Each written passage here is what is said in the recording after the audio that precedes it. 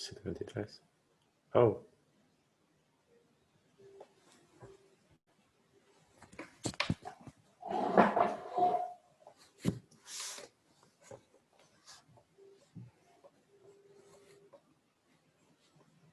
Testing.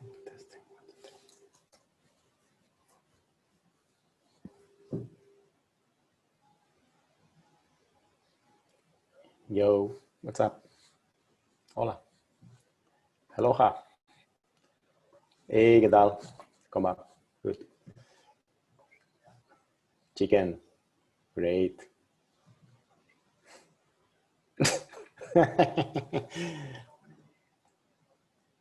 Wonderful.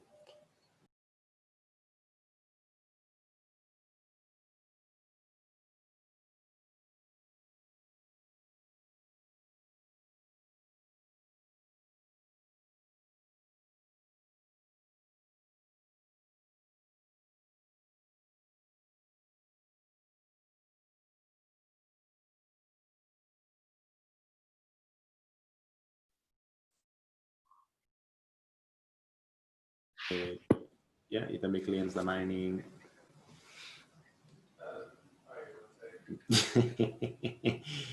Yes, they are. Well, so it's interesting. So if you want, I can make an intro. I don't know if it's useful or not. He said it was useful, but yeah, you never know. How are you doing?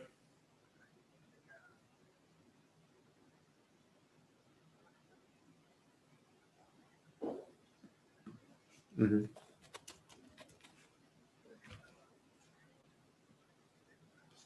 Yeah, yo le di que prepare una story, a good story, and then I make a 2-minute video that can sell it.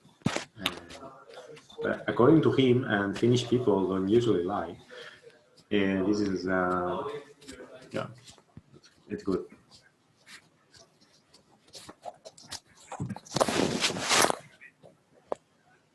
Exactly, because Excel is very powerful. So it says it replaced 20 Excels.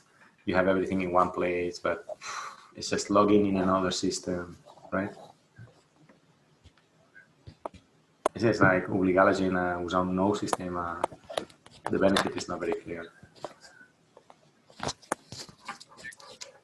Compararlos. Joder, un Excel table y no sé.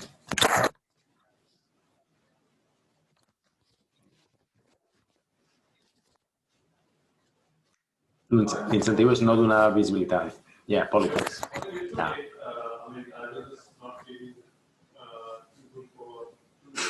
El client o el jefe? El teu jefe. Que bo. That's interesting. But you don't have these problems with Agile methodology, because in Agile, you assume.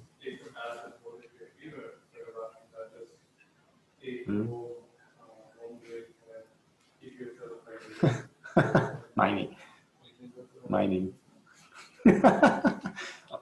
You're right. Projects, yeah, they cannot go Agile. Understood. Yeah, I see. You have to be the owner of the project to be able to do Agile. Got it. So I will tell this guy to make a nice demo, 1-minute video, and then if they make. I still. Es que crean overhead y it's not 10x innovation, it's 2x innovation. Pues que el benefici tampoc està tan clar. O sigui, com...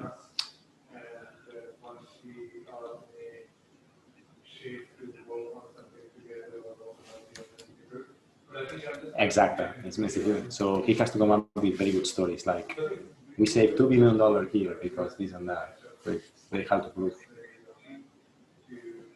How do you prove it? Yeah, exactly. Sí, exacto.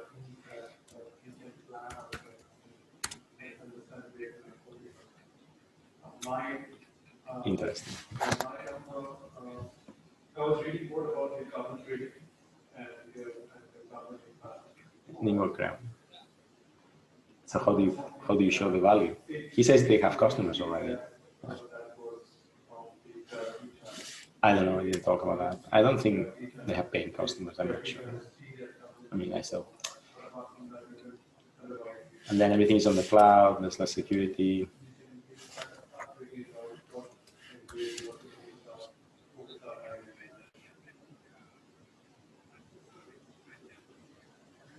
Uh-huh. Oh. Okay. I'm drone, so just a photo. Wow. Ah. Interesting. Yeah, super interesting. There's a problem in architecture and building management construction. They have drones circling around.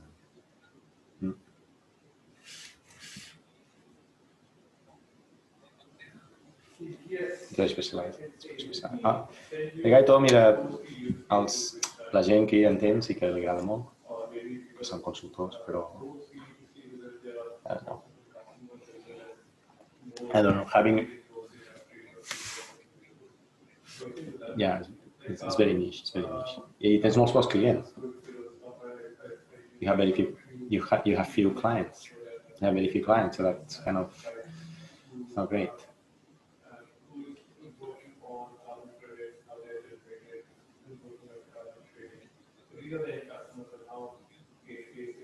Yeah, so you have to, the sales is different. Still, they did not a very good job selling the thing.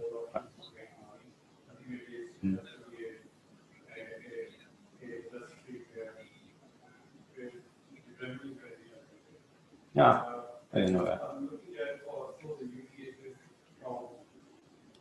Huh, interesting. Have you seen the document? Suposo perquè has de saber social media per vendre. B2C.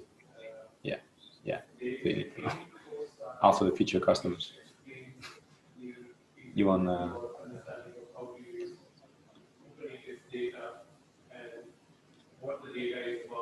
no, this week in startups.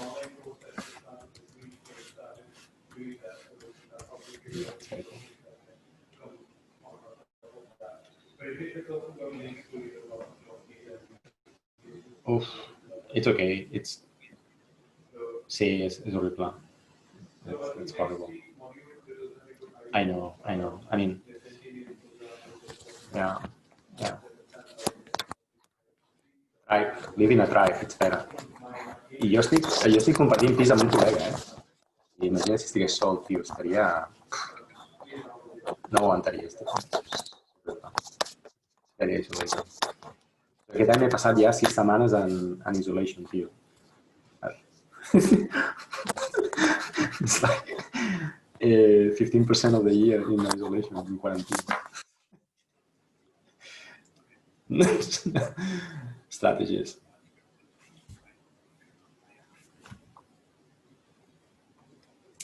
Yeah, exactly.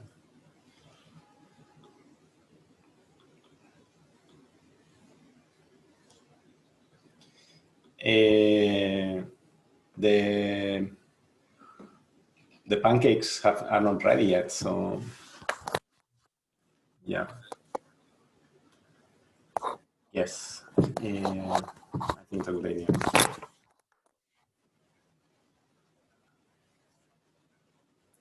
Among Us, no, not yet.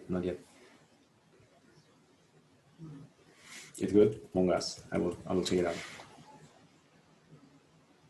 Among Us, okay. Let's see, Steve Riley, let me give me co-host. All right, sorry about that. I just... Give me a second, Steve. I'll be with you in a second. You can start preparing the presentations. You are co-host now. Yeah, yes? Cool. We're just waiting for the people to come. No we have a meetup about Agile. We have a guest with us, Steve Riley, which is awesome. And we start in 10 minutes. Agile is awesome. We're one of the top 20 coaches in the world. And sailing with us in Dubai. Yeah. Right, Steve?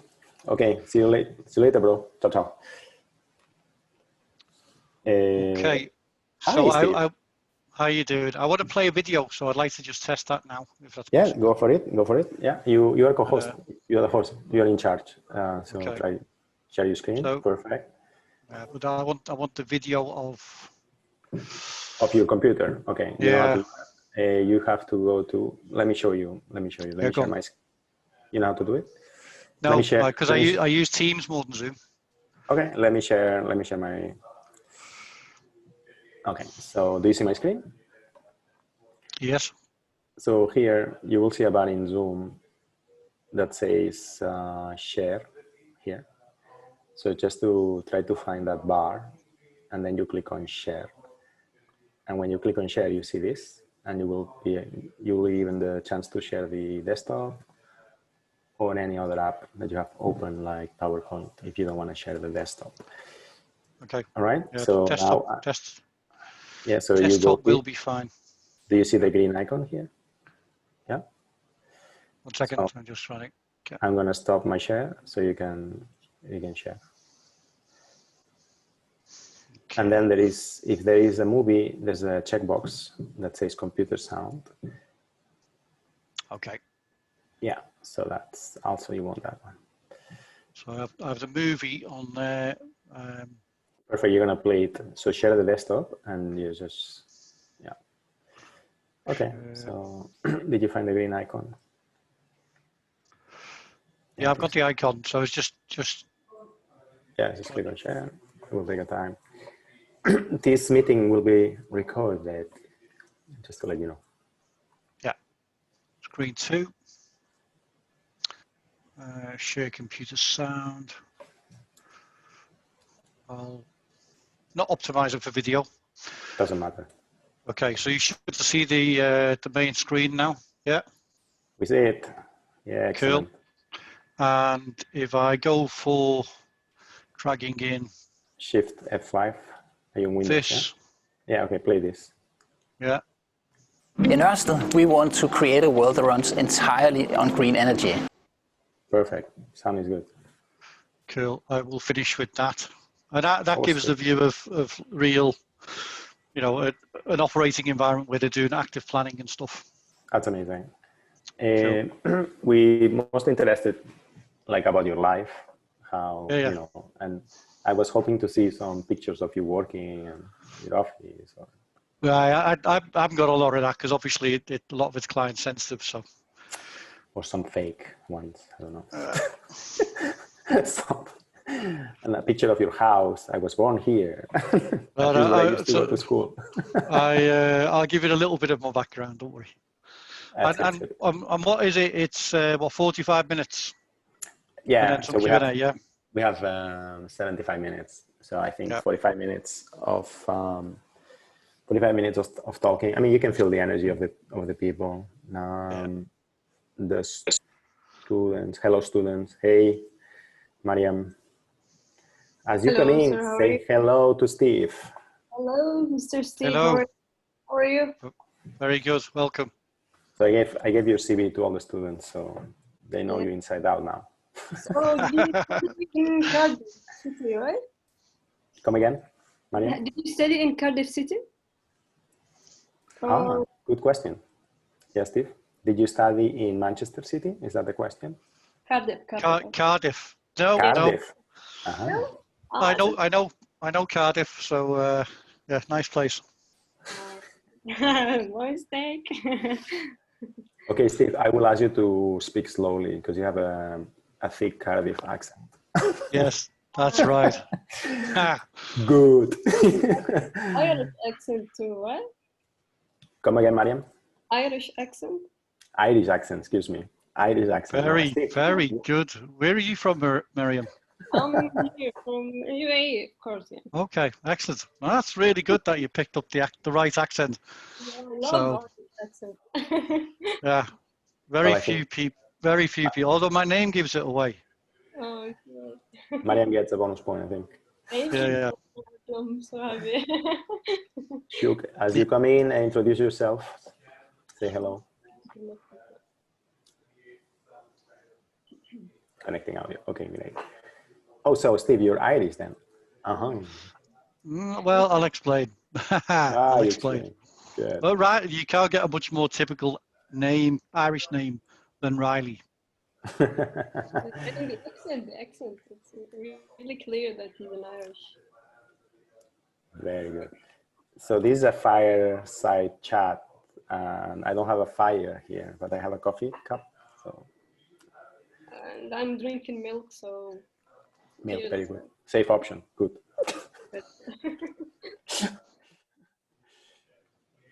It was always a healthy option until we realised the cream wasn't very good for us. Yeah, it's good and healthy, and it's good. That's it. For to be more. I love milk. I drink gallons of milk. Yeah, Really? it's good. Yeah, I am vegan. I am vegan, and most of the time. Good. So we have students from a class called Engineering Design, and then we have people from the meetup group from Sweden, Finland, and various places. So we'll have a mix of people. Yeah, good, which I think is great. Now I'm gonna share my screen. And Steve, we will start in 5 minutes. So we chill out a bit, we talk a bit, small talk, and then at 6:35, something like that, we can start. no problem. Cool, excellent. Good.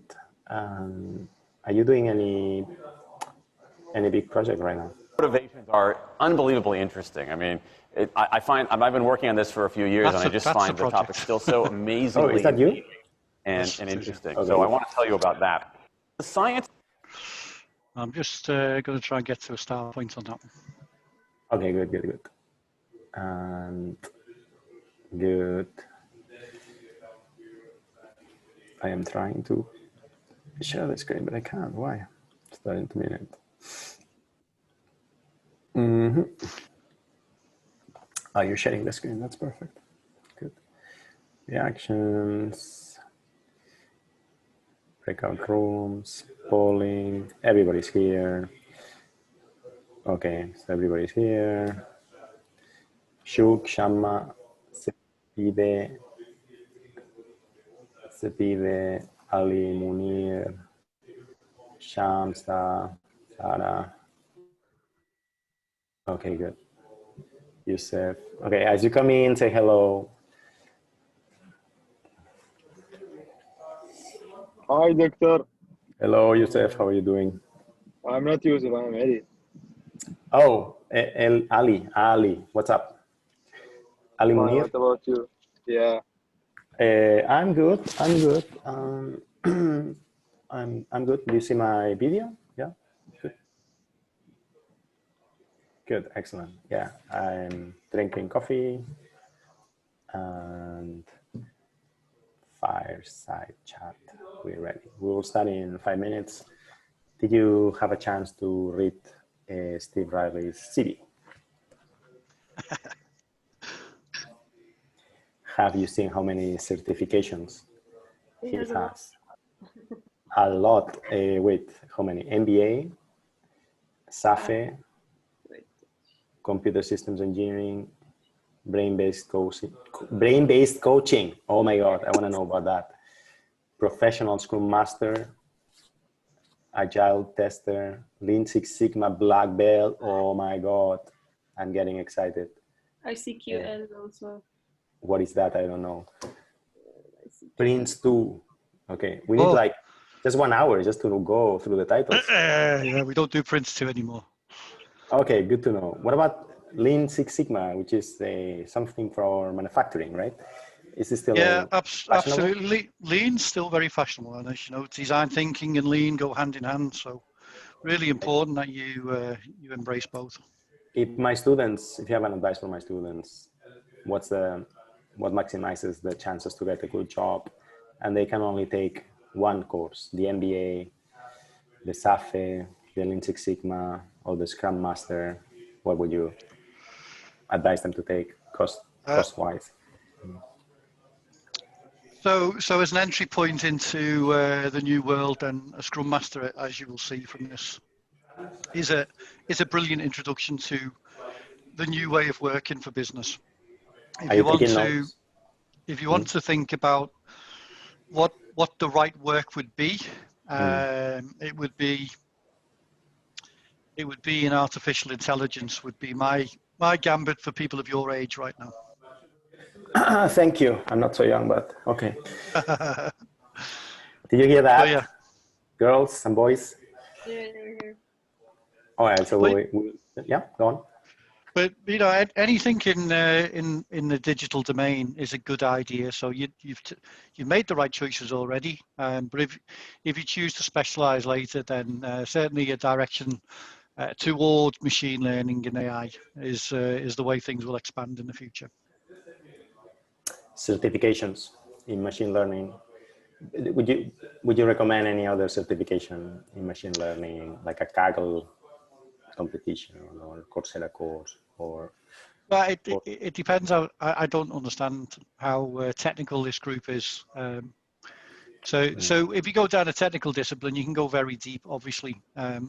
What we're going to cover today is really if you want to access the business world, but any business that wants to operate in the digital space, and that means any business that wants to survive, then thinking around how you operate as a leader, and you're all future leaders, that's why you're studying now. So thinking how you operate as a leader has to be framed as an agile coach, and the best way to learn how to become a coach is to coach on a daily basis, and that would be following the Scrum Master path to begin with.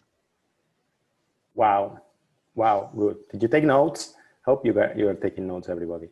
All right, so shall we start then? Yeah, so it is today my pleasure to introduce Steve Riley. Steve and I met in the sailing club, and we will be sailing together this season.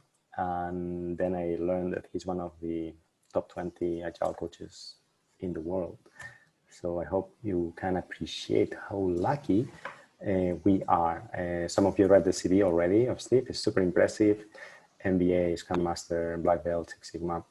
And today Steve is going to talk about his career path, and hopefully this will serve you well and inspire you in your career choices. So without further ado, I'd like to give the screen to Steve. Let's give it a hands. Yay. Thank you. Okay, so first off, there are lots of coaches in the world, so I wouldn't rate myself as top 20, but my claim is that I was the lead coach for the agile transformation at the Danish energy company, and that is ranked in the top 20 of the last decade. So that's a really empowering gift for me to be part of that, and a really great reflection on what you can achieve as an agile coach. So what I'm going to do today is, well, first off, let's introduce me. Now I need to. Right, we see your screen. Everybody sees Steve's screen. Yeah. Yes. Excellent. You have buttons here that says yes, no. Yeah. No, so I want to be on. I'll just do this. Okay, so me. I was going to open with the animation. So this is my home city. It's from this you probably don't get the home city, but it's a waterfront city. It's very historic. It's the biggest. It was the most lucrative port in the UK, and of course this is very much tied to it.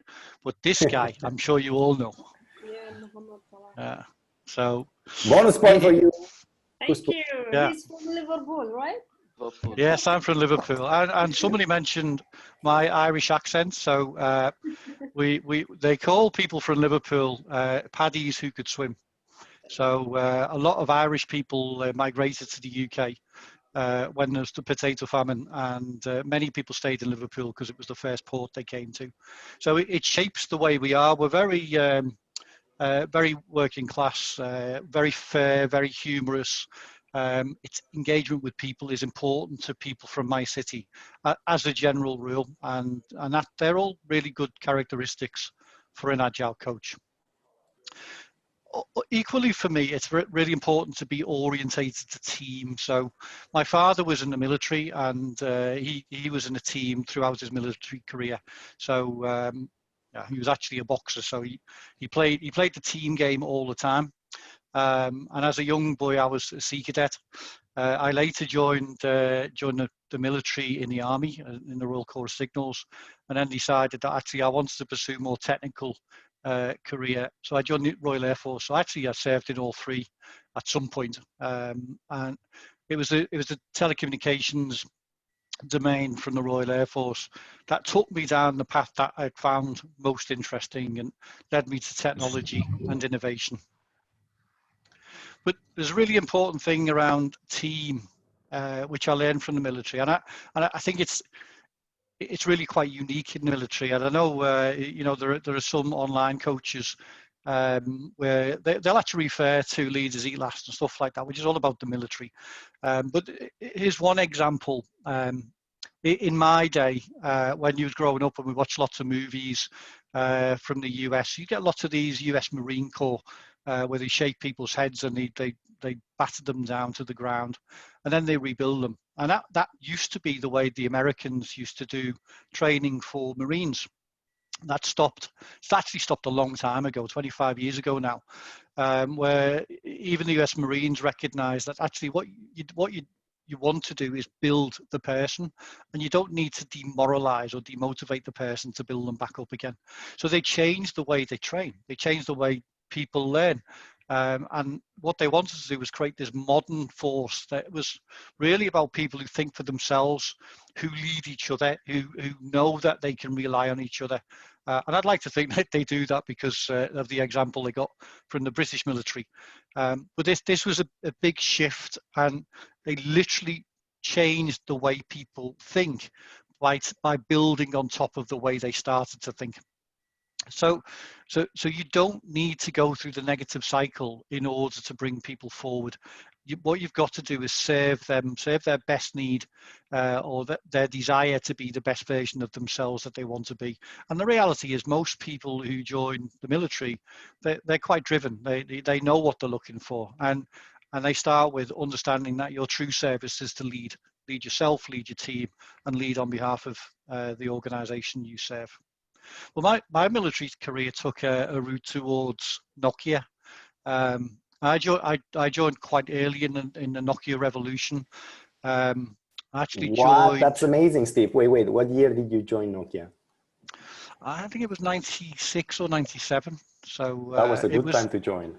Yeah, it was. Wow. It was still quite small, and actually, the top left hand, the second number 2 was the product that was out at the time I joined, and we started to build the ones underneath it. Did you go to Finland? Did you go to Finland in Oulu or Espoo? Yeah, I went to Salo. Salo is a Finnish town that was pretty much dominated by Nokia R&D. It used to actually be a white goods factory, so we used to do all of our production, and we had the biggest R&D center in Salo. Now, what we also then did was to move to open new R&D centers, both in Oulu and Tampere. And the reason we did that is because if you want the best technical people, you set yourself up next to the university and you just have the revolving door. So that's how Nokia really made sure we got the right people, is we went to them rather than waiting for them to come to us. And it was a very, very young culture. It was a really, really dynamic place to work. And it was great fun every day, to be fair. So I'd been there a couple of years, and I started to support the way we got things done. And luckily it led me to this ability to go to Finland, and I worked on the number 4 from the end. And the technical project name of that was Demi. We give them all, fake names. I need to stop you here for a second. Students, do you know what is these things on the screen? Do you know what's that? Yeah. Yes. Okay, yeah. Just checking, the students today. Yeah, I'm sure they know some of them at least. But I'm still using it, actually. Yeah, cool. I still use a Nokia. So I went to build this what we call the Digital Core Technology 3. So it was actually the 3rd platform. And what that meant is I was working with a global team who everybody else was trying to push forward to get them across the line, because so many of the other small phones, including the 3310, which is probably the biggest selling phone of all time, they all came from the same platform. So we were truly leading the technical edge and innovating along the way in order to spin off a lot of other phones. Two questions. Yeah. DC3 is the protocol, communication protocol, or? Yeah, digital core technology. So it was an internal branding of our technology platform. The second question is, how did you jump from military to Nokia? That like how? Yeah, so if you look at the military, I was working on radar. So radar was it was the digital forefront for everything. So I was working on digital equipment probably 10 years before the rest of the world was even had access to it. So I like you are probably doing right now as students, I was really fascinated that people were willing to tell me this stuff. So I literally said, I want to learn about that one and that one and that one. And I went around really collecting, you can probably tell I enjoy learning. I went around collecting how digital stuff really worked and how signals work in the right way and how you process those signals and turn signals into information. So that was obviously exactly what was going on in telecom. It was all the same stuff, and I was working predominantly with the air interface between the mobile phone and the network, and looking at that signaling protocol between the two. So the thing I was really lucky to get involved in by moving to Finland was the software engineering process. And even I'd been with the companies for about 4 years by then. Actually, our processes weren't that good. And with a bit of time in the military, I'd been involved in definition of process and standards and Queen's regulations, all those type of things. So I was quite driven to try and create something that we all understood, so we could at least reuse stuff. And to an extent, there's a desire to be a little bit lazy with reusable process, but why should you learn everything? There's plenty to learn along the way, and that should be what you focus on. Learn about what you're trying to achieve as an outcome. Don't try and learn the way you do it every time. So for me, fundamentally, there is always an underpinning workflow or process to support any sort of mode of operation, including Agile. So in doing that, we were really early in adopting Agile. Now I have to admit that I didn't even hear the term Agile for a long time. In 2001, we built the SWEP, and we had 11,000 software engineers, all working on cadence, all checking in code and having that code sent to the factory every week. And it was a simple process, but it worked really well. And it worked because of the philosophy in Finland and the way that philosophy spread itself as a culture across the whole organization. So this picture here talks about R&D in Dallas, and for a while I had a team in Fort Worth, Dallas. And you can see here, working together, one team, one goal, regardless of where you was in the world. That was the way we operated.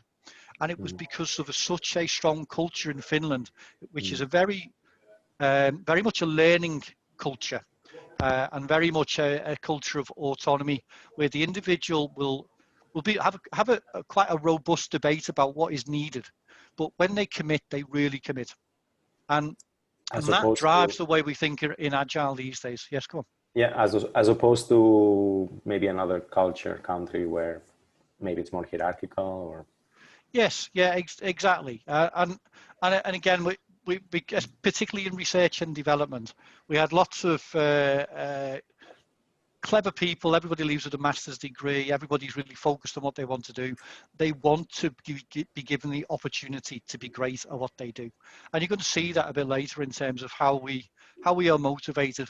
But that was a big change for me, because even in the UK at the time, it wasn't such an open culture. I honestly felt a little bit misplaced when I arrived in Finland, and there wasn't a manager looking over my shoulder asking me what I was doing. Wow. That feels a little bit strange, but it was a shift in culture between the UK and Finland at the time. And it was only later I saw that culture come back to the UK, and the way I operated stayed with that new culture of true collaboration and trust in each individual of the organization. So really culture was exposed to me by moving country, but and you'll find you might find yourself in an organization that transfers the culture, moves to a more of a digital approach, and adopts agile. But all culture is about the assumed values and beliefs of the organizations in the way they get things done. So how they display stuff, how they behave, how hierarchical they are. It's about really driving the way people interact. And unfortunately, what can happen when people try and change the culture, which happens when you move from an old school waterfall hierarchy into more of a devolved agile approach to doing things, it can very often clash because the values of the organization haven't been reset and the culture is still grounded in the wrong place. So that can cause difficulties, and that's where an agile coach will help. How can we help people to think differently on a day-to-day basis? And very often that has to start with leadership. Leaders need to start to lead, and we'll cover a little bit of that later. Right. So I just want to stop you for a second and remind the students. So do you get that? So very large organization and successful ones and big ones, they usually operate on waterfall philosophy. But if you start doing software, that doesn't work very well. And what Steve's saying is that you need a agile coach to change a bit the culture of the manager. Is that correct, Steve? Yeah, but I mean, any transition, any time you want to try and change the way the company operates, then people need to be coached through. Because in all honesty, if you tell people you need to do this, then they will reject that concept because they don't buy into it at the time. So it's really important that you're able to lead the way for people or help them lead themselves through coaching rather than telling. And that way they can absorb the same cultural values that the organization is trying to offer them. And there is less resistance. There's much more, okay, I want to do that because it's good for me. And as a coach, that's where we try to start. Although, of course, we do underpin a level of workflow and process and understanding that people don't feel lost in their transition to a new way of doing. Good. Fatima asks how to be agile. And Anna asks, how long does it take to change the culture?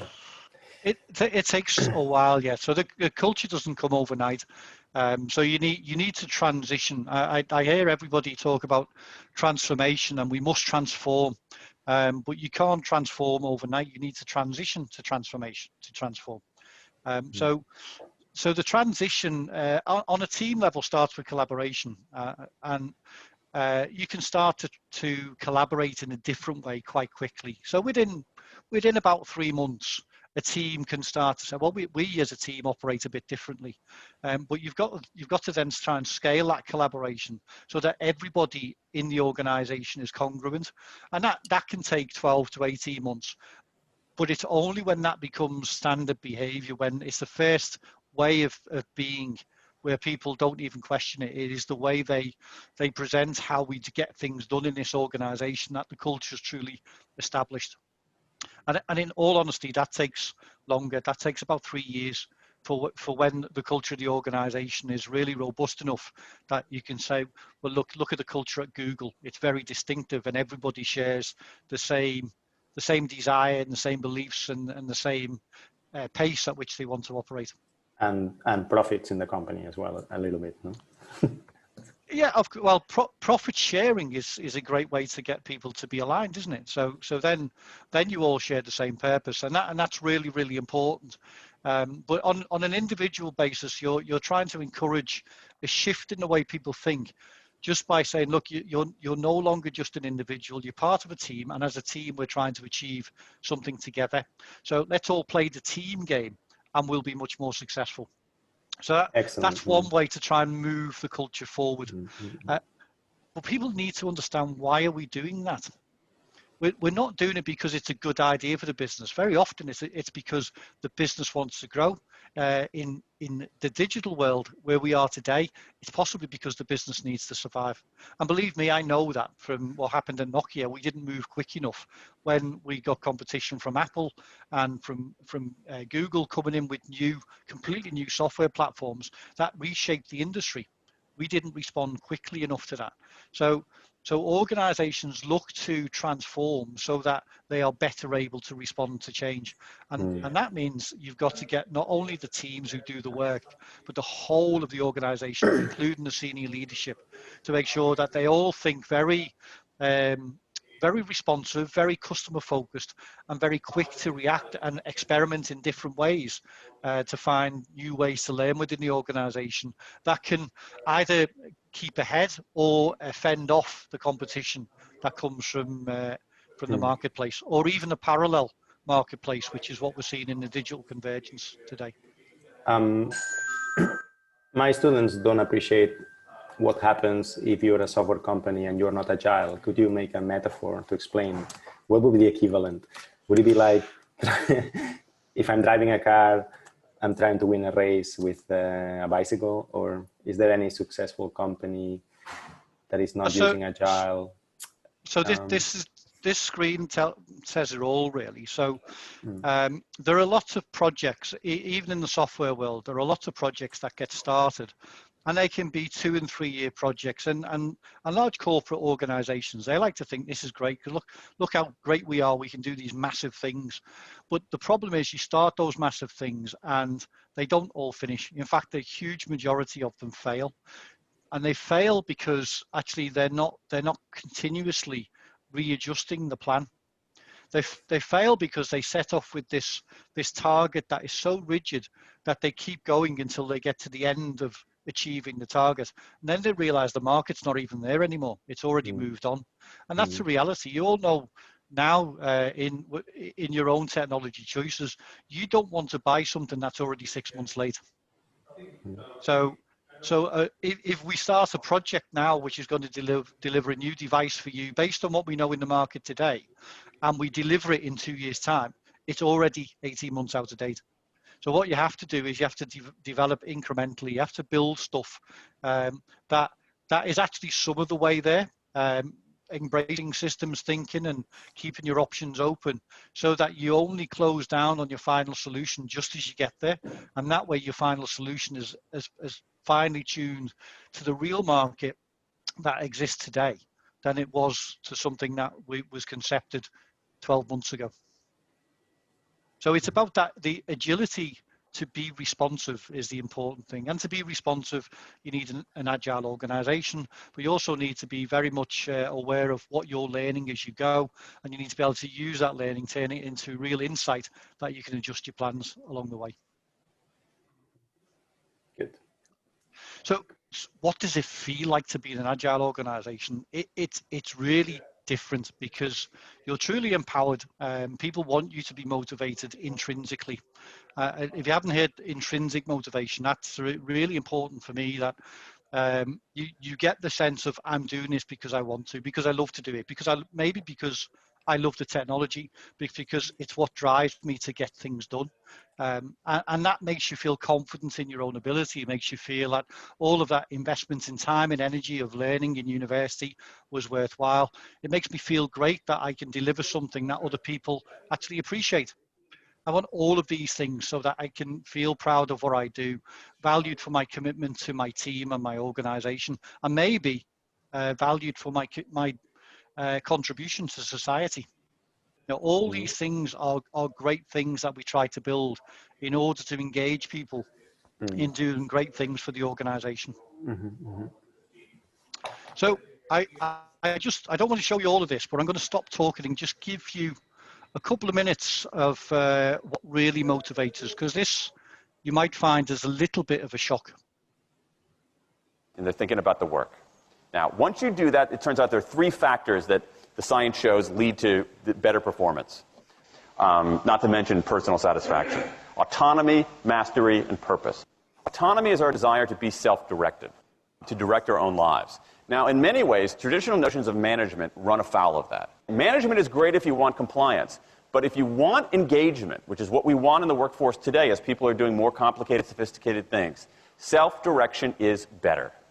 Let me give you some examples of this, of almost radical forms of self-direction in the workplace that lead to good results. Let's start with this company right here, Atlassian, an Australian company. It's a software company, and they do something really cool. once a quarter on a Thursday afternoon, they say to their developers, for the next 24 hours, you can work on anything you want. You can work on it the way you want. You can work on it with whomever you want. All we ask is that you show the results to the company at the end of those 24 hours in this fun kind of meeting, not a star chamber session, but this fun meeting with beer and cake and fun and other things like that. It turns out that that one day of pure undiluted autonomy has led to a whole array of fixes for existing software, a whole array of ideas for new products that otherwise had never emerged. One day. Now, this is not an if-then incentive. This is not the sort of thing that I would have done 3 years ago before I knew this research.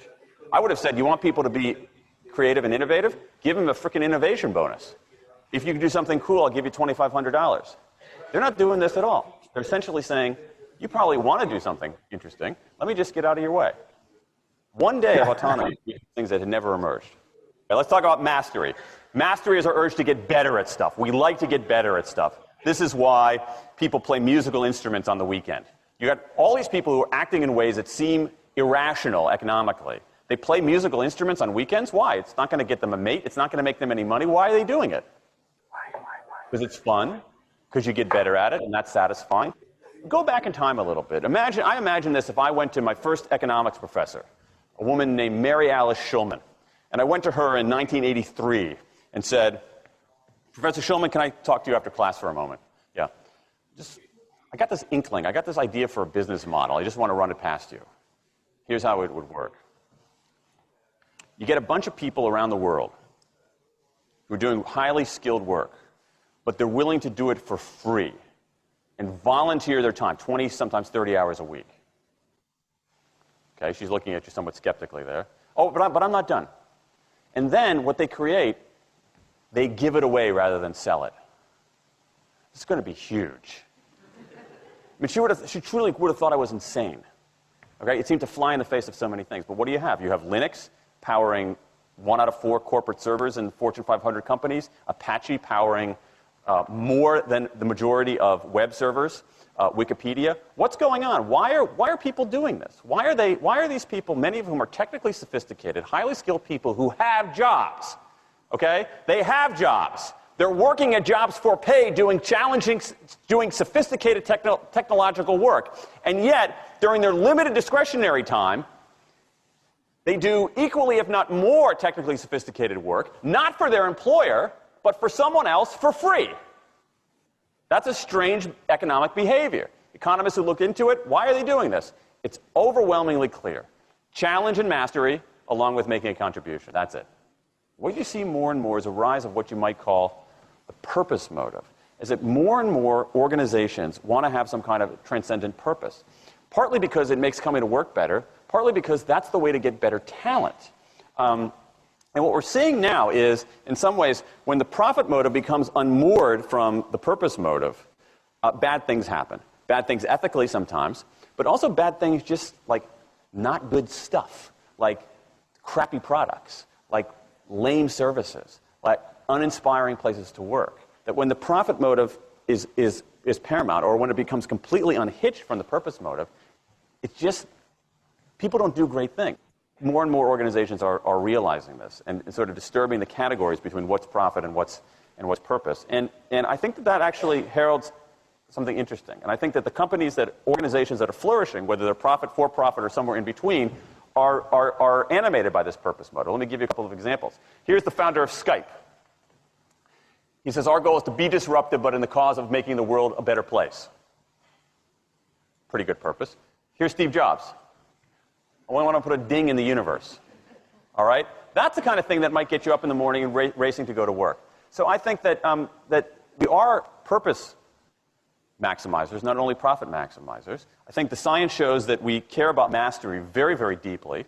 And the science shows that we want to be self-directed. And I think that the big takeaway here is that if we start treating people like people and not assuming that they're simply horses, slower, smaller, better-smelling horses, if we get past this kind of ideology of carrots and sticks and look at the science, I think we can actually build organizations and work lives that make us better off, but I also think they have the promise to make our world just a little bit better. Wow, good. Steve, can we spell out a bit in simple words Yeah. Why do people build Unix for free? And the video says mastery, but can you explain in layman terms why this happens, why this behavior happens?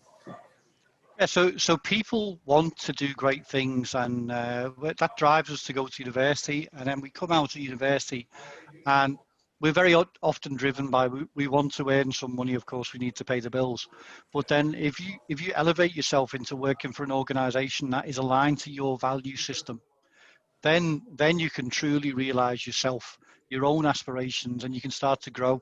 And it's serial learning, serial growth, and the ability to demonstrate your true potential in the art form that you choose to do, software development in that case.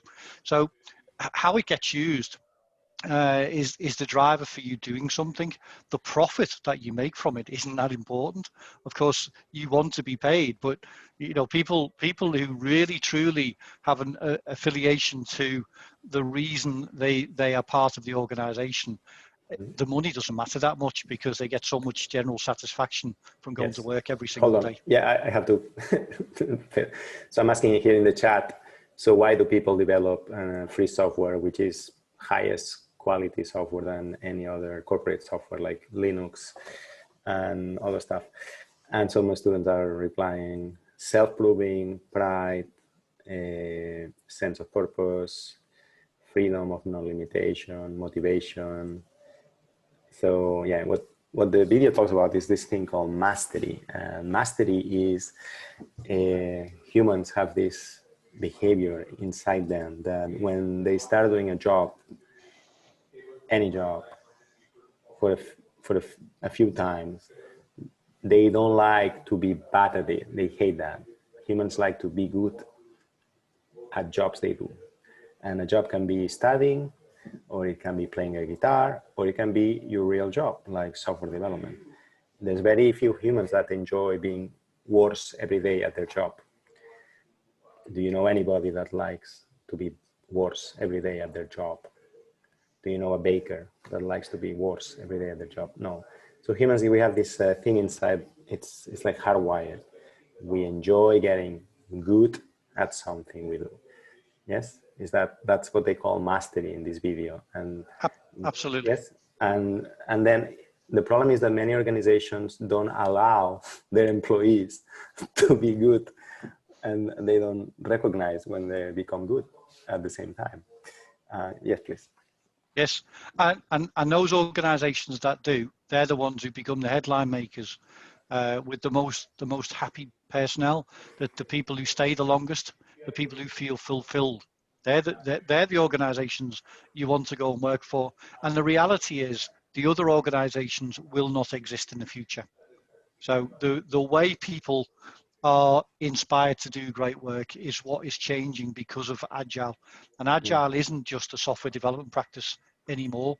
It's shaping the way businesses run their whole organization. Igor asked if it's just to feel proud and recognized. Absolutely. That people want to get. Yes. Yeah, and to be given the freedom to make it happen. So I mentioned about in Finland, there'd be some robust debate around what is it we're trying to achieve. And that wasn't just I want you to do something. It was, this is what we are trying to achieve. And then when there was an agreement, okay, we get that, whether it was with the individual or the team, once people have that, they want the autonomy to be allowed to do it. They don't want the manager from the UK looking over the shoulder and saying, have you finished it yet? Are you done? What they want is to have the sense of pride to know what good looks like and to deliver the best they can, given their artistry that they've applied to that skill. Excellent. So, yeah. So just a few things that happen within the Agile world. I did a thing called beta trials, which is very much focused on the customer. And from a research and development perspective, you shouldn't create anything unless you get customer feedback. And alpha and beta trials are a way of doing that very early in the development life cycle. And for me, I was given the opportunity to go and build this solution to do that. And strangely enough, I went to the software developers who do that type of thing in an organization, and that's usually your IT department. So I asked IT, I said, look, we want to build this. It's not a phone product, it's something different. And he said, yeah, no problem. So what is it you're trying to do?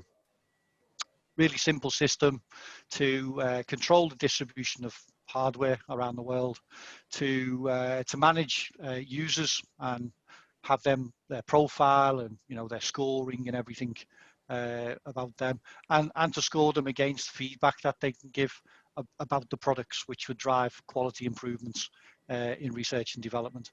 So they said, yeah, that sounds brilliant. We can do that. We can deliver that in 3 years' time. And I went, no, that's just not going to work. We need to make this happen quickly. So I say, is there anybody who does this type of thing that I can work with to make it happen? And we agreed that I'd work with a small team of developers in Denmark, a different country to where I was. I was in Finland at the time. And we set this up. And actually what we did, what should have taken 3 years, we took 3 months to do. Now, I at the time didn't know what Agile was. A bit like yourselves, I go, oh, Agile sounds cool. Well, no, I didn't even know the word Agile. I'd never seen it written anywhere.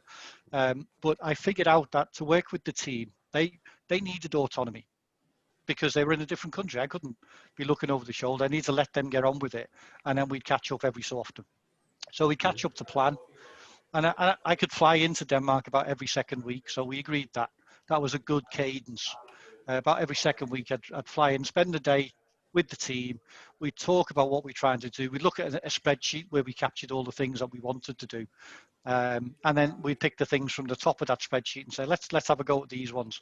And then we'd have a call every day. We'd say, what are we up to? What have we achieved so far? Even back in those days, we could share screens. It wasn't Zoom, but it was internal systems where you could share across the network. And it was about 4 or 5 years later, I realized that we've been doing Agile. So it was a company called ThoughtWorks who introduced Agile back into Nokia in 2006. And we did all of this in 2002. And we literally built the system, deployed it, and we had a network of people who were all volunteers. None of them got paid for being the key people, but they got access to every product. So they loved all that. So in every site, 20 centers around the world, we had a product coordinator who could get these products out to people, and people were getting badges and being highly motivated and getting the choice of the best products in the world, just because they gave great feedback and we could improve the quality of product. So don't be constrained by somebody saying something can't be done. And that's a real mentality within Agile, that actually push the boundaries because you can. You have the authority, you are empowered to push the boundaries and prove what can or can't be done. So as I try to progress my understanding, I've mentioned I like learning. So I managed to join a learning course for senior leaders. It was a European-based learning program, and we had 3 or 4 weeks where we joined together as a cohort over the course of a year or so, studied, and then went off and did stuff back in the workplace. So it was quite surprising when I arrived on one of these courses, and they took us to this environment. It's called the driving range, and essentially you can hit golf balls, and you're trying to hit a target, and you get lots of golf balls to play with. So this was the best coaching program I've ever been through. So what, a golf course? It was a golf course. I'll just explain the exercise. So they asked for people who had maybe played a bit of golf and could hit the ball, because it just made it more interesting. And then the others, they said, okay, you're going to be the coach. So what they then did was blindfold the coaches, and I was one of the coaches. So I couldn't see the target. I couldn't see the outcome of the action. I couldn't even tell what the action was. So the only way I could coach was to ask questions. And that ultimately is what coaching is about, because you're not trying to tell people how to do things. You're trying to identify from them what the best way of doing it is, given their way of thinking, given their understanding of the subject matter, Okay, and you're trying to lift their way of thinking about it. You're saying that to be a good leader, or good leaders don't order, they listen. Is that what you're saying? So I'm saying to be a good leader, you need to coach, and to coach, you need to accept that your job isn't to tell people what to do, and it takes a little bit longer, but it's far more effective because the individual is then empowered, and they will start to act more autonomously, as if you was there. They will do the best they can at all times, and if they don't know, they'll ask for coaching guidance because they know that you're there to help them, and if they've made a small mistake, you're there to help them figure out how they've learned from that. So learning as a leader and learning in an organization is very important, and coaching facilitates that. So, excellent. so what track do we take, and what sort of trap did I find myself in being in technology? It's usually this trap. And I know because I enjoyed that course so much. I know it took about 5 years from when I did that exercise and thought I understood it to the point where I felt it was the only way I wanted to work with my team members. Now, I did coach, I did mentor, I did some telling, but I still wanted to hold on to expert because I believe that it was important that if somebody asked for help, they come to you for expert knowledge because that's why you're the leader. But that's not really the case. And it's people like me who hold on to that belief that never move away from being a leader as an expert. Can I pause you here for a minute? I wanted to ask the students, which of you students think that the boss should know the most than any other employee about the product? Let's say you are the boss of Snapchat. Do you think the boss should know more than any other employee about the technology? Or should he know about other things? Ayman says no, Asma, no, okay. Okay, Riley, can you elaborate a bit on that? Yeah, so if the boss needs to know everything, then you can train by the ability of that person. I'm going to tell you a little bit of the theory about this in a second as well, because believe it or not, it's 18th century. Can you really believe that the boss knows everything is a philosophy that was invented before we even got to the 1900s? And we're now in the 21st century. So it's not the right way. It was the right way when people didn't know, right? But we're in a knowledge society now. You are all going to be in a position where you know more than your manager. So the manager isn't there to be a manager of you. The manager is there to inspire you, to lead the way, and to leave the door open so that you can find the future direction way beyond what they might know or what they even perceive in the future. There's another trap I should point out, and anybody who's ever observed a sales company will know this because sales generally attracts this stuff because it's all about the numbers, it's all about the bonuses, and we find that people in that sort of domain, they tend to get stuck in the leader as achiever mode, and again, quite a huge percentage of leaders just can't move away from, well, I was brilliant at what I did, so you need to know how to be brilliant in exactly the same way as me. It's not Steve, the case. We have a question. Khalid says, Shamsa says, should the boss know a little about everything? Yes, yeah, a little about everything, but only enough to understand how to engage in the conversation.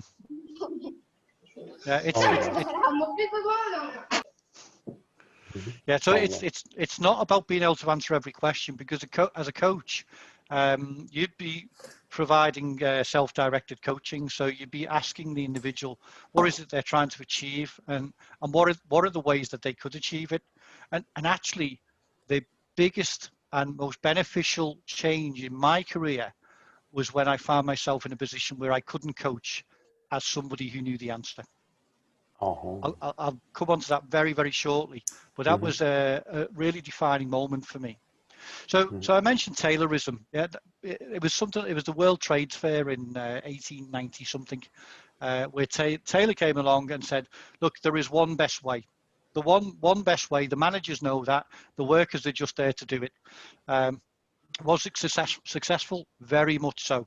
Ford built the Ford Motor Company. There was one best way, and if it went wrong, you got fired because you didn't follow the card in front of the machine.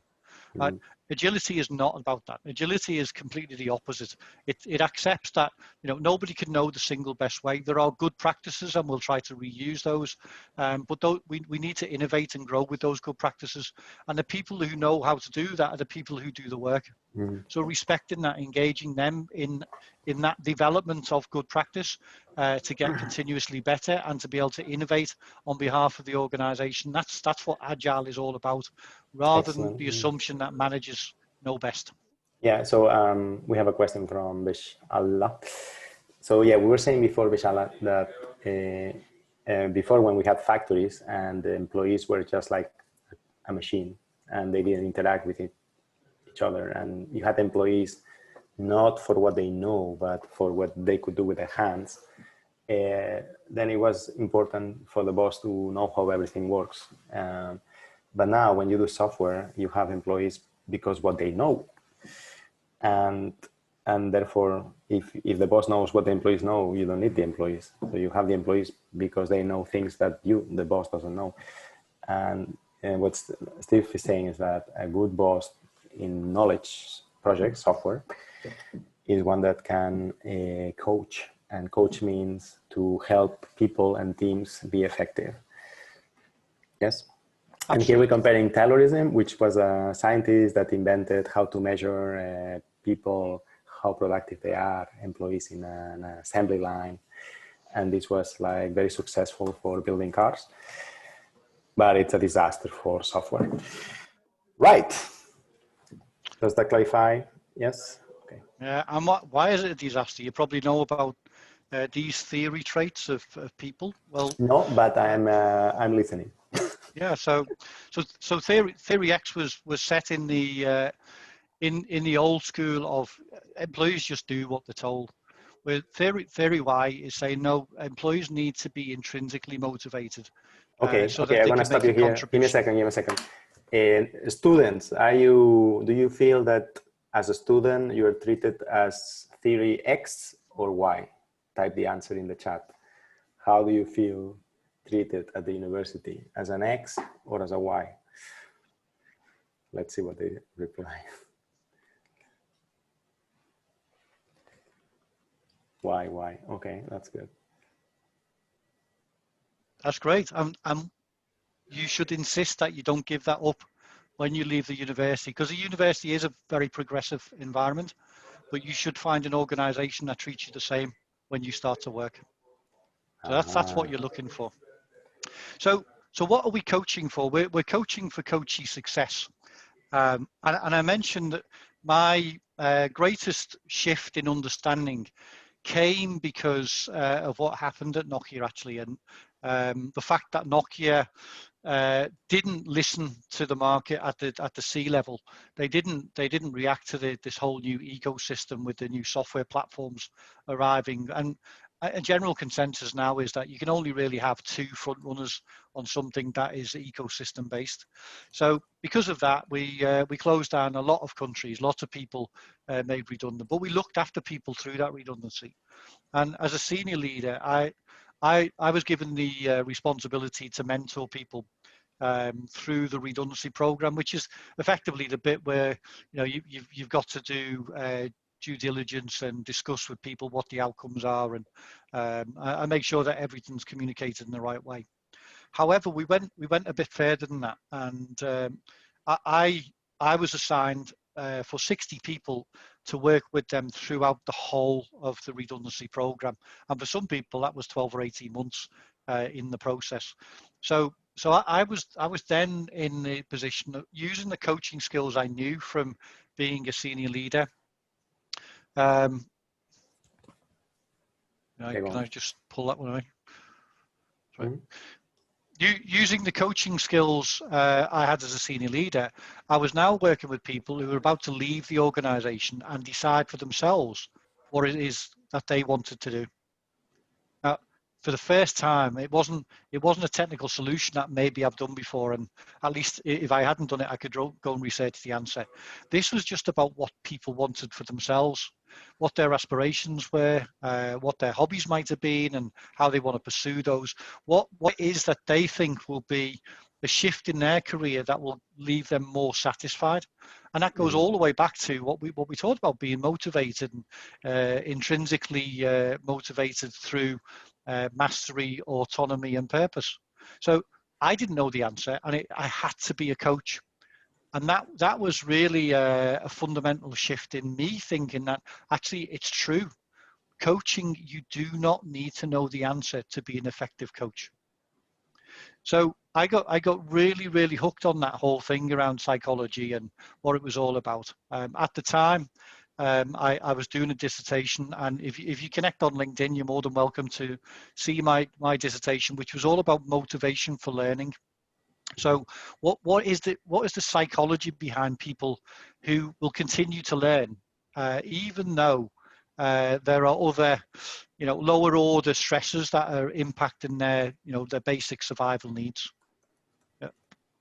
Because you can be on a different plane looking at your aspirations in order to achieve something different. So that whole psychology piece took me through trying to figure out a bit more about myself. I'm not going to present it here, but I'm still today learning about that. I'm still doing a brain-based coaching course to understand that when I say something, how does it impact the coachee in terms of the way they feel, the way they respond, the way they can be encouraged to think in a more enlightened manner, so that they can get the real nugget of insight that can lead them to a path that works best for them. So I'm in a position where actually I've progressed because I'm older. I've progressed through a series of stages of psychological development, and I'm definitely around trying to connect with other people and make a difference in the world. That is really important for me. I call myself a servant leader. I like to serve the team as a coach, but I don't see myself as being the person who's changing the world to the better in the world of Bill Gates, for example, who is absolutely serving society in a lot of the things he does right now. But if you look at yourselves, you'll probably find that just in the way the brain develops itself, you're probably in this stage of differentiating, trying to identify, what's important for you, your community values within your learning environment, within your society, and how you'll recognize for making a contribution to that. But you will grow as long as you remain open-minded and inquisitive. You will grow and evolve psychologically throughout your whole career. So I just encourage you all, as you adopt a coaching mindset to others, do the same for yourselves, and think about how can you be open to new experiences, and how can you challenge yourself to allow further growth in your own psychology. Excellent, thank you, Steve. Asma says, replace them. What do you mean, Asma? Can you explain? Right, so we have the results of the poll, and 55% of the students feel as an X in the university, and the rest feel as a Y. So most 55% feels like an X at the university. Is that what can these people, students, do to feel more like a Y, or feel more like in a Y environment, besides changing universities? Yeah, so this the outcome is how you feel. So the question is, what are you doing to give feedback that actually you don't feel like you're being intrinsically motivated? Because the universities in the past have always been about telling. The lecture style has been very, very, very much around the lecturer being standoffish and just saying, this is it, and you need to go and figure it out. Whereas Theory Y is much more a different type of learning experience. And for the 45% of people who respond to Theory Y, they're receiving that, and it probably isn't from all lecturers. it may be, just the style of different professors in the university is different, and it depends the affinity you're showing towards those. But you have an opportunity, and I'm sure you've got some sort of course representation back to your university lecturers. Tell them that you'd like to be more engaged, you'd like to be more open around the conversations, and see if you can change. Because if you don't do it in the university, how are you going to do it when you go in the workplace? Yeah, exactly. Khaled says students will need then to handle more responsibility for their own learning if we switch to a Y. Absolutely. Yeah, absolutely. And that is the whole thing around thinking about leading as a coach, and leading yourself as a coach is taking ownership for your own destiny, because that's what it's all about. So you will all leave the university, and hopefully you'll be leading in some capacity. So your role as a leader is to facilitate and enable others. What happens when people try and change from traditional hierarchical organizations to an organization where people are more empowered, is that people who have spent their whole career trying to climb a ladder to get to the top, and figuratively speaking have kicked other people off the ladder in order to climb over them, they really struggle, because for them they've achieved their sense of power that they're not willing to relinquish. And yet Agile says, well, actually, it's not about a power base, it's about empowering other people. So that can be really difficult in a transformation. And that's where Agile coaches will spend time trying to help leaders to shift in the way they think. So that shift in the mindset of senior leaders is a really tough activity in a transformation, because those people perceive themselves to have much greater to lose in terms of their loss of control and centralized management of the organization. Excellent. So there are a couple of models around this, and this drama triangle on the left hand side does happen in the real world. So you get people who feel victimized in the workplace, and that's because they get managers Hold on a second. I'm going to ask the students, who feels victimized as a student? Throw a V, type a V. Okay, go on. All right. So and that very, very often happens because you get managers who want to manage, and they're perceived as a persecutor. So it's constantly, you need to do this, you need to do this all the time. And the poor worker just doesn't feel like they've got any autonomy or even time to solve stuff. And that creates another breed of people. I remember this was introduced to me many years ago as the Superman syndrome. It's the rescuer in the workplace, and the workplaces are full of rescuers who actually, honestly, they sit back and they wait for things to fail so that they can say, look at me, I'm the hero, I can solve it, rather than being the people who, in my world as a coach, would be saying, we could potentially avoid a problem here by being proactive in solving issues. Did you hear that, students? Steve is saying that many workplaces are full of employees sitting at their desks, waiting for things to go wrong, so then they can save the situation. Is that true? I'm surprised. Yeah. There's lots of managers whose whole career is based on that, because if they want to promote their own status, then they need something to fix. So they will not be involved in getting things done. But they will be the first people to criticize, the first people to save the day, so that they can be recognized as being the leader that they want people to perceive them to be. But in fact, they're not leaders. They're just a drag in the company. Absolutely. So what we want is leaders to become coaches. We want them to challenge. So it's not about persecution. It's about being challenging. Can we do things better? And when we're then doing that, to be able to use those coaching questions to help individuals to understand and gain insight onto how they can do things better. And from that, we take people out of this victim culture and we empower them to be the creator. So knowing that actually, you can't know all the answers, but that's a great thing, because you have the opportunity to discover. And through that, we can actually discover much greater things than we can do within the realms of our comfort zone. So that's what we're trying to create in terms of the way we lead as a coach. Excellent.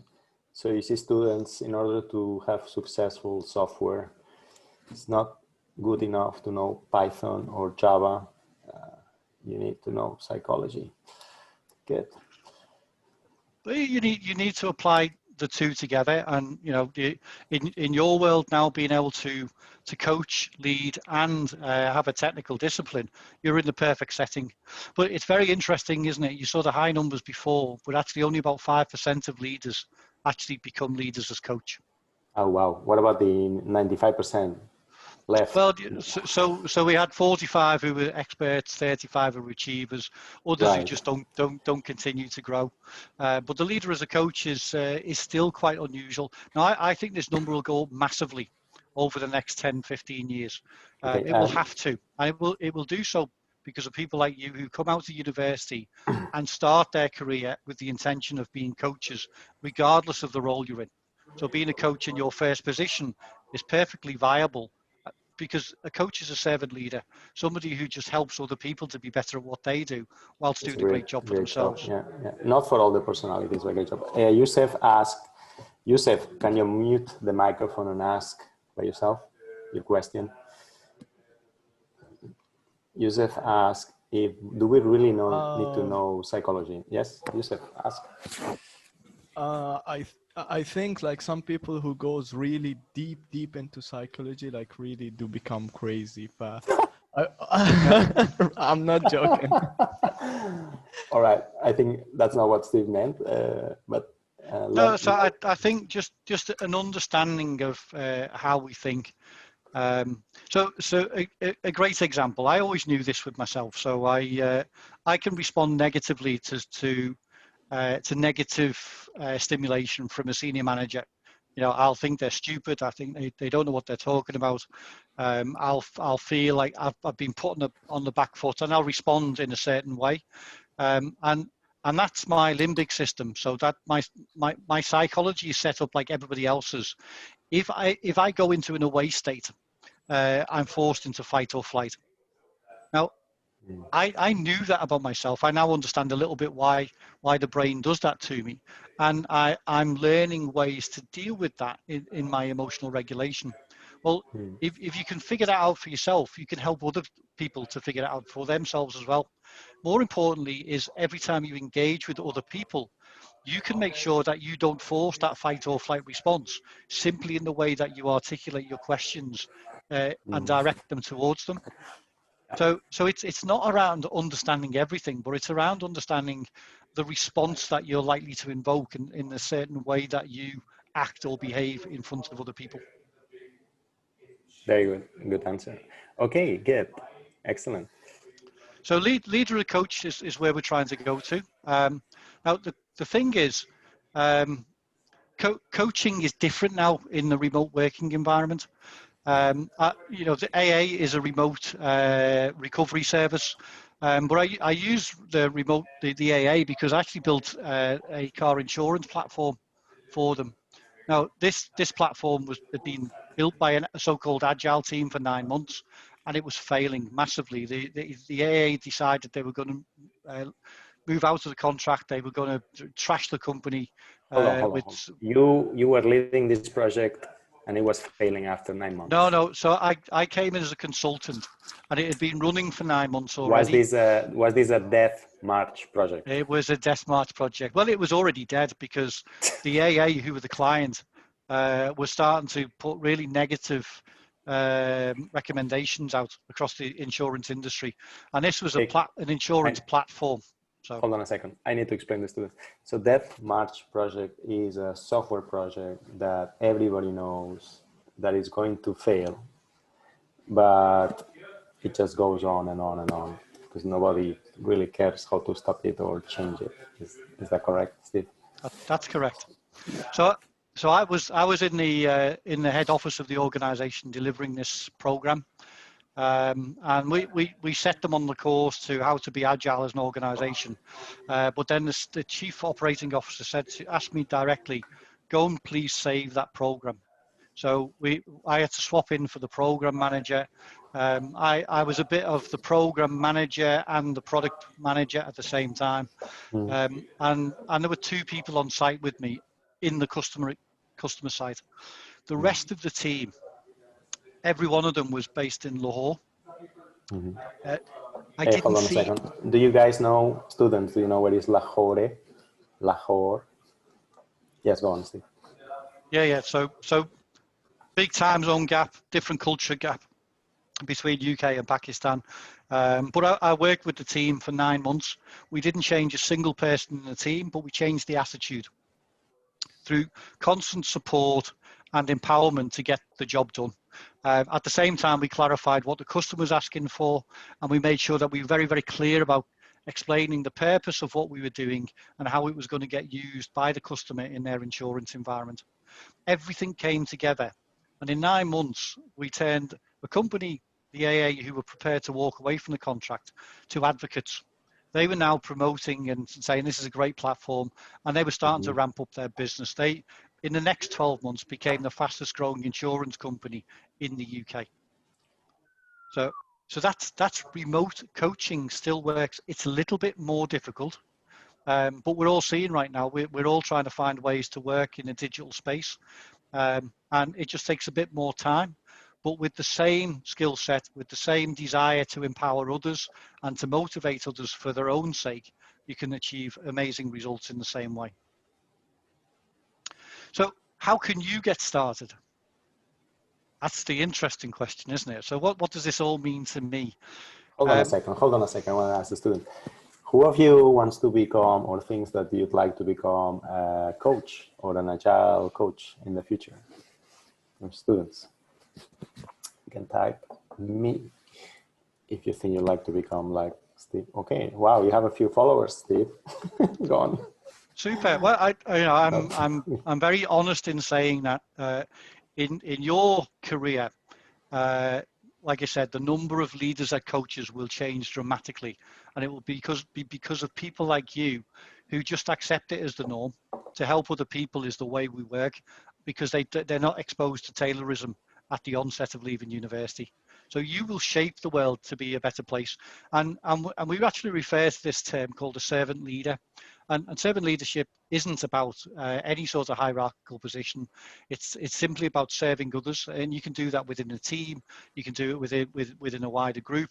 You can do it within a sport. So serving other people to help them to be better for themselves and to serve the wider team to achieve their purpose. So you have that opportunity, and we call it a Scrum Master.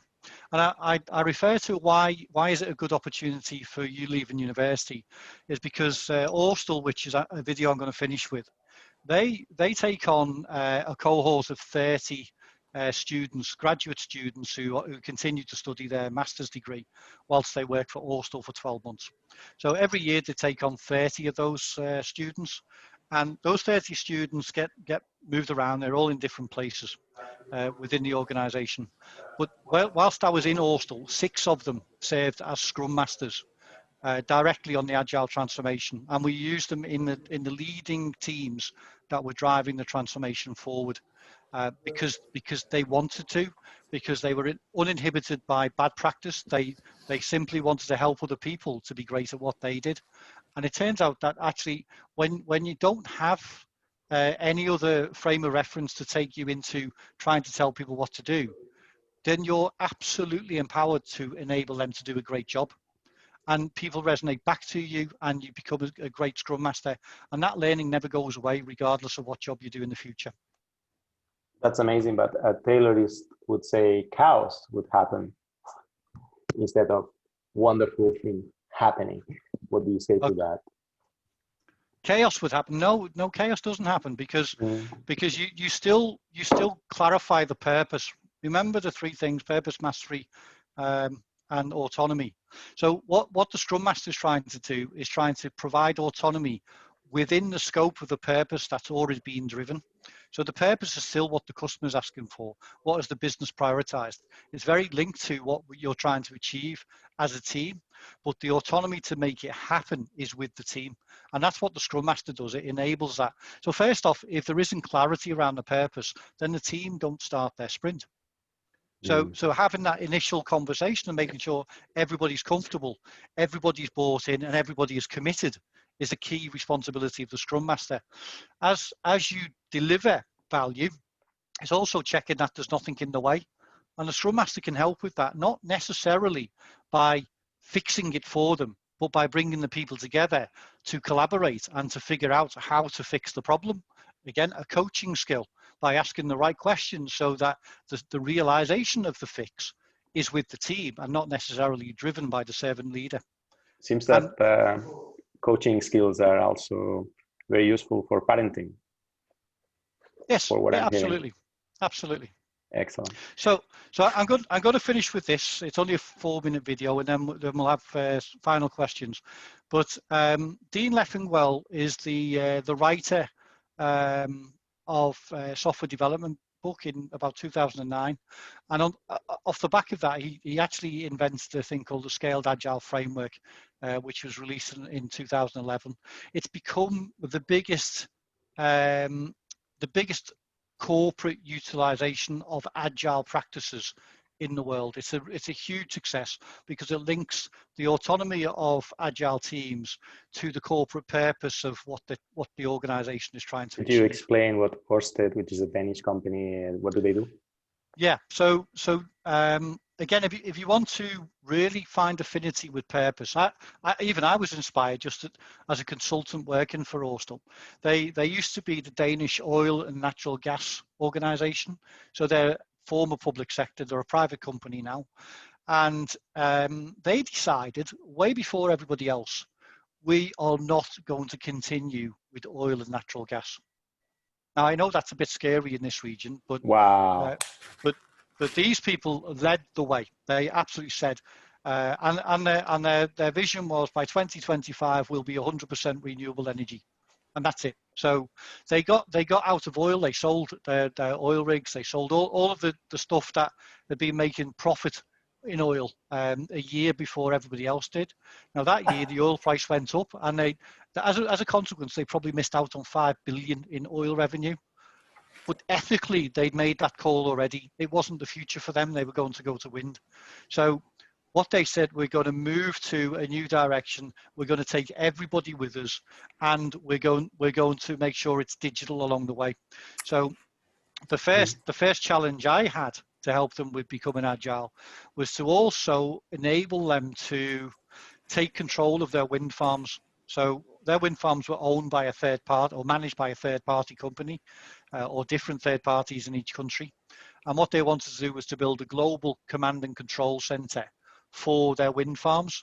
And then they wanted to build AI on the back of that to be able to monitor everything and determine when to do maintenance cycles, when to shift different parameters on the wind turbines to get better efficiency. All brilliant stuff that they could do remotely, and actually they could control everything from centrally in Denmark for all of their wind farms all around the world. So it was a huge success. They took ownership of that, and that was 85% of their wind farm EBITDA. That's huge. That's 85% of their profits. 36 billion krona company. Not bad. Yeah, it was 15 billion at the time. So if it's 36 billion now, that's only 2 years later. So huge potential that was unleashed because of the digital transformation. And then the second thing we did was, and you'll see some of the people from that transformation team, was to then build up the digital trading system for energy. Energy trading is huge. It's a stock market just for energy, and they had their own energy floor within Denmark, and they wanted to digitize everything. And the reason they wanted to do that was obviously to drive efficiencies, but they also were able to lift the whole thing up, move it to Chicago, and set up a new trading floor in the US. And of course, that was growth for the business, a huge change. So this very short video, just to show you the people who achieved it. You get some insight into their working mode. You get some insight into the perception of the people who did the work, but also the embracement of the managers in the organization, the difference that technology made to the leadership that were actually sitting running the business in Austell. So we'll finish with this, and I hope this is the true inspiration as to why you should be agile. In Ørsted, we want to create a world that runs entirely on green energy. We want to be leading the industry of green energy systems. And to do so, we need to be razor sharp. That's why we've chosen Agile as part of our DNA. In 2017, we decided to implement a stronger and more ambitious Agile framework to support Ørsted's digital future. We chose SAFE as our framework and stepping stone to create a common methodology and governance structure around the Agile way of working. We also built a modern work environment. One of the cornerstones in SAFE is the Agile organization called Agile Release Train. The art is powered by 4 to 12 cross-functional teams. The teams consist of employees and leaders from business, IT, and other supporting functions. An important element is that the art team members are 100% allocated to the work they do in the art. Then there is an art leadership team communicating the art vision, the overall priorities, building lean agile culture, and acting as servant leaders for the teams. Finally, we have the business owners that are overall responsible for the value the art delivers.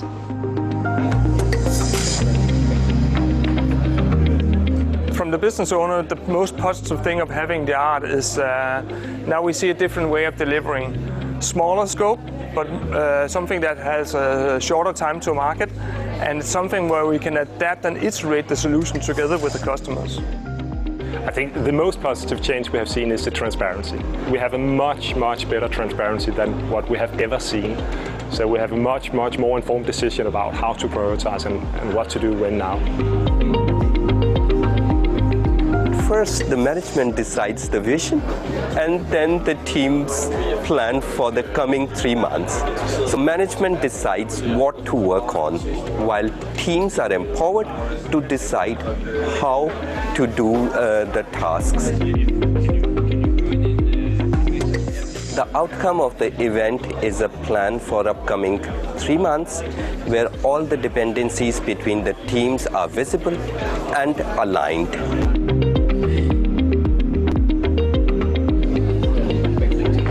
Some time ago, when I started with Waterfall, I had a huge backlog and I didn't know what to do first.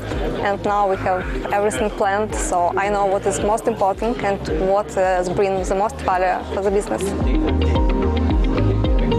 I think the biggest effect that we see is basically we work as a team now. We work across the company, not handing over tasks from one unit to another, but we work as a joint team. It's a major achievement that we now are able to harvest our data, turn them through neural networks and apply statistics, turning that into good advices on how to operate turbines, how to drive our logistics, how to configure the sites. We have seen some massive value coming out of this. Basically, we use maybe roughly the same cost to IT, but we now see much more throughput.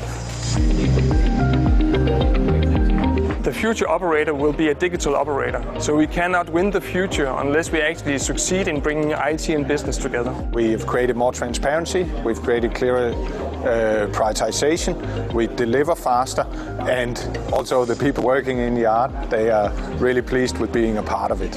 So all in all, that's just a big success. It's truly amazing that how fast you can deliver, how fast you can get the feedback from the customer, and how you can improve. I think I like everything, each and every part of it. So that's the real world, and that inspired me. That was my motivation for coming to work every day. Thank you, just seeing Steve. the difference it made for those individuals. Thank you, Steve, very much. Thank you very much. And now we have like 5 minutes for Q&A. We have some questions already. Right. So Igor was asking some question. Yeah. So Igor asks, what challenges you faced as a coach? I guess career-wise. Yeah, always challenges. So primarily the biggest challenge is that cultural shift, particularly at the leadership level, because leaders don't want to give up power, because the old school way of thinking was that you go through your career climbing the ladder to achieve more power, and that is that status actually defines who you are. So addressing that and trying to address it in a way that you saw what the business leaders talked about there, the fact that actually they had so much more productivity and benefits for the business because of collaboration. So it's how do you help people to change without forcing in a way state? And coaching is the answer to do that, to help them to realize what the benefits are as opposed to the deficits. Excellent. We have another question. What could have Nokia done differently to cope with the challenge that they faced with their phones? Yeah, so there's a really good book on this. So if you want to read into it, you can read about Nokia transformation and what really failed. It wasn't engineering, it wasn't the way the organization operated, because that was exceptional. Unfortunately, what had happened, the success had been so phenomenal that the CEO Jorma Ollila was made the chairman. And as the chairman, he was still quite a dictator. Could say Steve Jobs was a bit the same, but his style of dictatorship is even called out by the chairman who took over after him, in that people would go to his office and be bawled at when they told him something he didn't want to hear. And what he didn't want to hear was that there is a new ecosystem that is threatening the whole existence of Nokia, to the extent where he didn't even allow a motion to put a few options in front of the board. He refused to put it onto the agenda until it was too late. So it was absolutely a failing at the board level by the chairman, trying to be a dictator. And if you study those type of things, you'll realize that it's not the first time. Walt Disney did something similar, almost collapsed because of that total control. And there'll be other instances. We as leaders who may potentially be in that position in the future, we need to recognize that it was never about us, it was always about the people. Excellent. We have time for one more question. Yeah. Raya asks, what is the difference between a Scrum Master and an Agile coach? Simply the extent. So a Scrum Master is an Agile coach. In a lot of organizations, the Scrum Master will be referred to as a coach. I don't want to give the impression that the Scrum Master is the only coach on the team. So I like the term that gets used around servant leadership. I promote servant leadership in every single person who does Agile. So any member of the team should feel empowered to lead. And not feel that because there's a Scrum Master, the Scrum Master has to lead on anything. Because as a coach, what they're trying to do is empower other people. So the servant leadership approach is predominant across the whole team. It's with the Scrum Master and it's also with the Agile coach. The only difference is that Agile coaches tend to operate across multiple teams. So they'll be coaching Scrum Masters and product owners to coach the teams, and they generally get involved in coaching larger transformation initiatives, like maybe building a new team of teams and getting those set up in the initial 3 months and enabling them to do continuous improvement for themselves. But it's essentially a Scrum Master role that is just evolved into dealing with more teams of teams. Fantastic. Excellent. Well, this was great. Last question. Sham asked, how to deal with slow developing a project or having barriers, error, problems causing the motivation in the team? Yeah, so there's 3 questions in that one. So if it's slow, obviously you need to understand the reason it's slow. You can't develop software any quicker. Usually the reason it's slow is because the team are overloaded. They're trying to do too many things at the same time. They're switching between tasks so that they never get to finish what they started. So that's very often a reason for work being slow. Another reason that is really predominant is the quality of the software isn't good enough. So people don't collaborate in doing peer reviews. They produce bad software.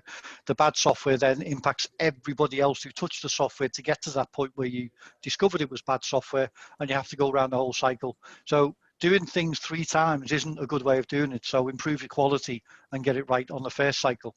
So that's how you can address the how to do things quicker. But essentially, you can only build software as fast as you can build software. There was what? Can you just remind me of the second 2 things? Oh yeah, it's the same question. What causing the motivation? Yeah, or having problems causing the motivation. Yeah. Yes. Okay. And then yeah. So the problems with the motivation. So if people are not motivated, it's because they don't understand why they're doing things. They're confused and nobody's giving them clarity. So the way to address that is to make sure that you stop and have the communication, have the discussion, and engage the team in the conversation. So you saw on the Orsto video, it wasn't anybody standing there and saying you must do this. It was everybody being involved in the conversation so they could all take ownership.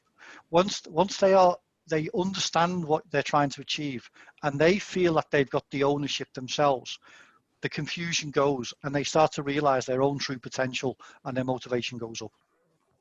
Fantastic. Well, thank you very much, Steve. It was a pleasure.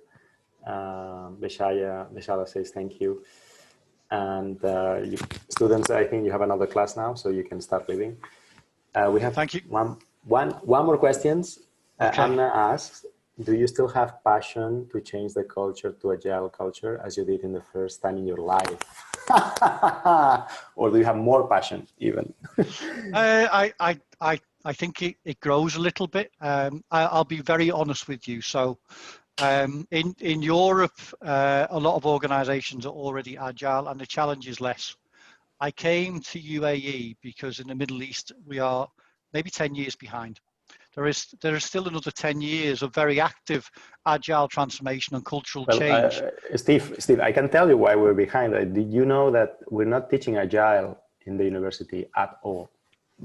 Like, this is the only course in the university where the students hear about agile. Well, I'm very glad that these students are hearing about it because there is already a shortage of agile people in the region, and of course the COVID restrictions haven't helped that. So, there are definitely roles that are appearing that are looking for agilists and people who think in a different way. So I'm really pleased that you guys are in that position where potentially you can fill those roles when you come out of university. But for me, the challenge is to do it and to do it well, to really do the exemplar and to be able to disseminate that across the whole region. I started with the Emirates airline, and of course the airline was decimated by COVID, so I didn't finish the task there. I still want to finish the task, so I'm now with First Abu Dhabi Bank, and that will be a huge influencer in trying to help people to understand how to do it right, given the starting point of the culture we have in this region. Right, excellent. Well, thanks everybody for coming. Thank you, Steve. Thank you very much. This was super useful. Students, if you have more questions, just connect on LinkedIn with Steve, and he's always there. Yes, I encourage you to do so. Yeah, and he can also mentor you in your career in the future because he's going to be in Dubai for a while, right? Yes. Excellent. Thank you very much, Steve. Students, I'll see you next day. You have a quiz, so good luck for the quiz. And well, that was fantastic. Okay, thanks everybody. You can start leaving. Ciao, ciao. Thanks all. Goodbye. Best of luck with Agile. Yes, super. We'll stop the. No, we'll stop the meeting.